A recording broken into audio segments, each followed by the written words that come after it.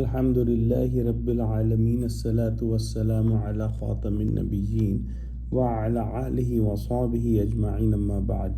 Fa'udhu billahi minash shaitanir rajim. Bismillahir rahmanir rahim. Qala Allah ta'ala fi Surah Bani Israel.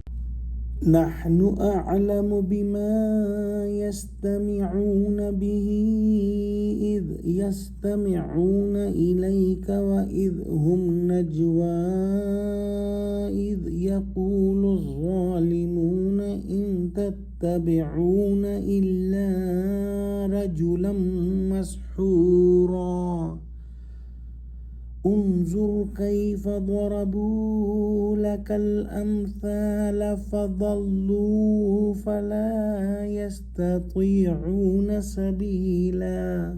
Translation: We know very well of what they wish to hear when they listen to you and what they say when they whisper in private secret counsel. When the evildoers say, "You follow not except a bewitched man," see how they make statements and compare you to. Surely they have gone astray, and thus they cannot find a right way. We have studied in the previous verses that these disbelievers did listen, but their listening was not effective. There is heaviness or dullness in their ears, and they fail to grasp the message. In reality, the issue is that when they hear, their intent is not to gain benefit, but merely to scoff and mock. In other words, their intent in listening is not understanding, but to make fun of it and level various accusations. When they listen to the Quran and the words of Prophet Muhammad sallallahu alaihi wasallam, they then consult among themselves as to what allegations to hurl against him.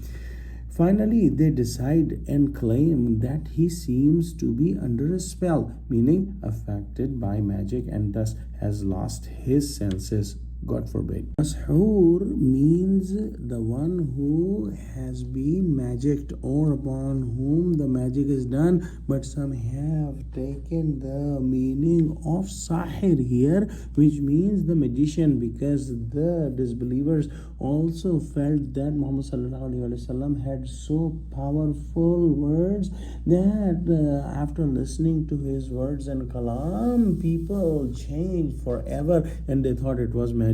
Wallahu alam. One thing should also be understood here as a side point, that Prophet Muhammad had a very high status, yet he was a human being, and magic was possible on him and was done on him in the time of Medina, but that magic could only make him forgetful of few little things.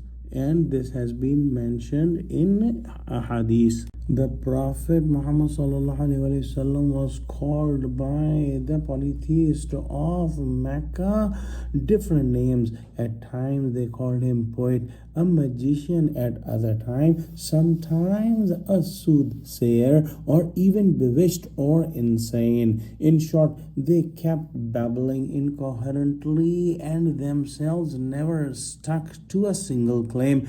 Despite their efforts and taunts, they found no real path to succeed in their goal of misguiding others.